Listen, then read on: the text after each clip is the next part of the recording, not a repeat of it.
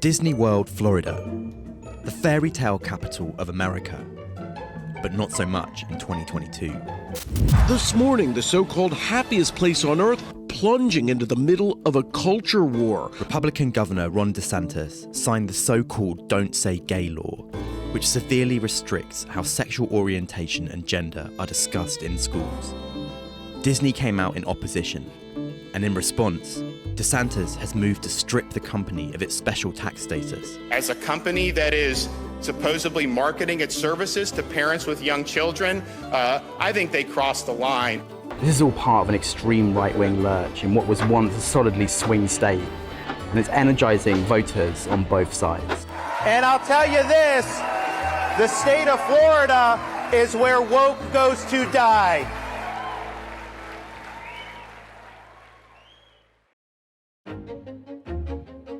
Disney won't let us talk politics in the Magic Kingdom, so we've come to the small town of Celebration just outside. A gated community designed by the theme park themselves. We're meeting Jose Castillo, a Republican candidate for Congress, an ardent supporter of DeSantis. He's made a name for himself by taking the Disney onslaught to primetime conservative news. I think they're making a terrible miscalculation that, ultimately will be bad for business. Hey, how you doing? Hey, how you doing? Nice to meet you. Nice to meet you. I'm Oliver. Jose Castillo. Hey. Nice to meet you. Nice to meet you too. Yes, sir. All right, so we're going door knocking. We are. Which one? Right here, 932. I'm guessing not that one. Not that one. So for a Republican to win here, we're in a district where they're the minority, they would need to have a candidate that has broad-based appeal, that can grab some of those independent voters, moderate Democrats over to their side. And that's you? That's me, exactly. This so-called war on woke is not a moderate issue, but Jose thinks he's cutting through here because, like many people around town, he's actually a Disney employee himself. I'm not sure if you've heard about me before. I'm a Disney cast member. I've been standing up for conservative values because the company's trying to get more involved into politics, and I think that's not their role. Well, they got involved in politics, but they got involved with the wrong end of it. Yeah. I'm boycotting it. I'm not going to be boycotting. We canceled our Disney Plus. Not wanting to call little boys and girls little girls. They want to try to bring this gender identity. I've been asked several times, hey, aren't you afraid of losing your job? You're speaking against your employer. And I've said many times, I'm not afraid of losing my job, I'm afraid of losing my country. And that's why I'm taking a stand. I like the way you say that. Yeah. Yeah, exactly. Yeah, and losing this generation of children. You just want to enjoy the day, have fun, with a family and all that. No, you don't need all this agenda. Yeah. Marriage is between one man and one woman. But a lot of people kind of say that it's just sort of reflection of what modern family is now, Same-sex marriage has been legal for a decade, You can do that. You can accept them as, and the families when they come as they are, but you don't have to promote it. DeSantis argues the Don't Say Gay bill is an innocent effort to keep sexual politics out of early learning classrooms. But the reality is something far more sinister. The law is so vague it could be enforced against any teacher at any grade level. What we try to prevent, what this bill is trying to prevent is indoctrination of our children. But the bill is a sweeping general piece of legislation that doesn't just apply to young children, it applies throughout the entire school age, where it says age-appropriate teaching of gender identity and sexuality. So it's really not just about young children, it's about all school-age children throughout the state of Florida. So the bill, it does, you're right, it targets kindergarten to third grade, and it says, or age-appropriate. Yeah. So when is it age-appropriate to talk about homosexuality? It varies by the individual. You would sue a teacher if they started talking to your daughter about same-sex marriage or LGBTQ issues at the age of 17? If they don't have my consent and I think it's not appropriate for my daughter, yes. Wow. Yeah. I think a lot of people would be quite shocked to hear that. Well, because it's kind of a mainstream. That is the law. Doesn't it encourage homophobic bullying though? If you're not allowed to discuss these things at school and they become otherized, just promotes one way of being. It's so interesting that you say bullying because right now, it almost feels like it's the other way around. There are activists within the community who want their voices heard. They go to people like myself, like people that are conservative, and force them to wear name tags that say, what are your pronouns? And, I don't have a pronoun, I have a name. So there are bullies. There are bullies on both sides. You know, we definitely want to prevent, people from being bullied, but we want to protect our children. Despite these misrepresentations, the message is cutting through with voters. Florida stayed Republican in 2020, and Ron DeSantis has since become a national conservative figurehead in the Biden era. But he's facing re-election against someone I met back in 2020, Democrat Charlie Crist, a former Republican who's hoping that centrism is the way to win Florida back and stop DeSantis' far-right charge. I came to meet him at a teachers' union event. Good to see you again. I'm great. Good. All right. People are excited, and they're excited about a change. They're excited to have a governor that has a heart, that really cares about them. And really, that's what this comes down to, an opportunity to have somebody who's not thinking and dreaming about running for the White House every day, but thinking and dreaming about the future of their children and those teachers. I have the distinct honor to introduce Governor Charlie Crist. Oh my God, wow.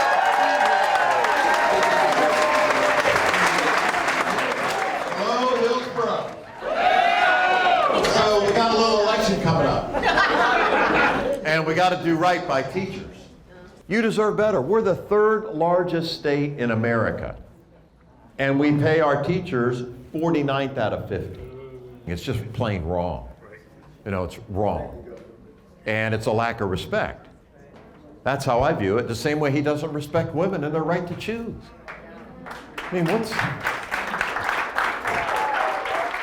Despite the celebratory mood, there was a lot of anxiety as well. Many attendees are still grappling with how this bill will affect their work if DeSantis wins another term.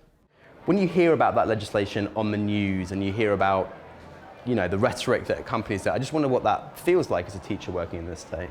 As an arts teacher, I have a lot of LGBTQ students in my classroom that feel comfortable with me, that may not feel comfortable with the outside world and their identity just yet. So to me, it feels like it's taking away the ability to be that positive influence in those kids' lives. I've always been very proud to provide a safe space for my students because I knew I had protection under the law. I'm not trying to indoctrinate anyone. I'm trying to help my students to grow into the people that they want to be. It limits the types of books you can expose students to. So I have books in my library about a little boy who has 2 dads, and it doesn't focus on being gay or indoctrinating students. It's more of just providing text with representation of different families. Is this going to affect my job? Am I going to lose my job? Am I going to lose my financial stability? There's a tendency sometimes in American politics to think about policy in abstraction. When we use words like indoctrination in classrooms, we don't always think about what the human consequences of that are. Just speaking to some of those teachers there, who talk about just trying to do their jobs, just trying to provide safe spaces for the kids they're teaching, it really brings home what the real life consequences are. What is it you think about this type of politics that DeSantis and Trump have kind of come to embody, these culture wars issues, so-called culture war issues that is taking, school districts, taking theme parks and that sort of thing, and essentially weaponizing them with disinformation? Why do you think that cuts through? I don't know, but it's heartbreaking. We have real issues, serious issues that Florida needs to have addressed. I don't want to paint too broad a brush here because there are good Republicans, but the leadership of today's Republican Party is gone. There is no leadership. It's lurching from one culture war to another, attacking LGBTQ, attacking African American voters, attacking women and their right to choose. We need to realize what this guy's doing. He wants to be president of the United States, Oliver, and he's using Florida as his proving ground to do it. And he's acting like a dictator.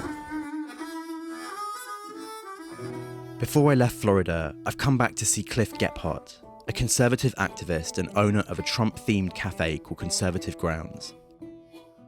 So what are we talking about today? Huh? Lots of things. Okay. Florida. Good to All see right. you again, Cliff. How you doing? I am fabulous. Good. Fabulous.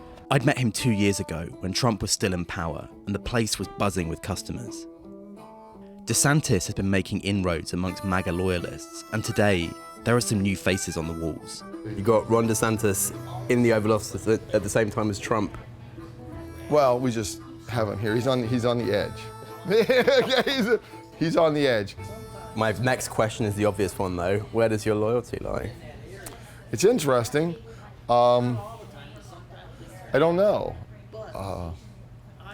I'm a huge supporter of Trump, and I think if it weren't for Trump, DeSantis wouldn't exist as our governor. Do you think he's lost a bit of lost a bit of a grip on the party post January 6th? I just wonder if you kind of share that. I was at January 6th. Yeah. I don't know if you knew that. No, I did. I remember talking to you about it. Yeah, I mean, I was there. You didn't go inside, though. I didn't go inside. I think it was a terrible day in Trump's presidency. Mm-hmm.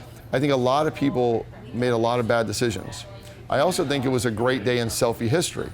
I think when people went in there, you know, the front wave, I think they were terrible, you know? I think the other people that just kind of walked in with their phones, walking through red ropes, I'm not saying they should have done it. I chose not to do it. Do you regret going at all? Do I regret? Nobody's ever asked me that question. Do I regret going at all? I would say probably not, because I did the right thing, and I got to witness a thing in history that, you know, people will talk about for 50 years, you know? For all the wrong reasons, though, right? They will talk about it for all the wrong reasons. Next door, Cliff has opened The Bunker, a room where he holds events and films a weekly internet TV show. Despite everything, he's still deeply loyal to the MAGA movement, which now goes well beyond just Trump. Way to get a gun or sell a gun. Now the first bullet point is, all these idiots that came out. So, that was kind of fun, you know? So do I seem like an extremist now? Does that seem like as an extremism there? Do you think you're an extremist? No, I think I'm just an American that believes in rational thought. And that's why Trump got so many votes. 70 million people went in and said, look, I'm really not in favor of all this transgender stuff and the critical race theory. And most people, you know, believe, they're just afraid to say it. If that's extreme, then we need a lot more extreme people in this country. The midterm election in Florida isn't just about Democrats and Republicans. It's really a referendum on the state of far-right politics in America, and whether this continued extremist lurch can maintain popular support. But whatever the result, Ron DeSantis may well have his eyes on a bigger prize in 2 years' time.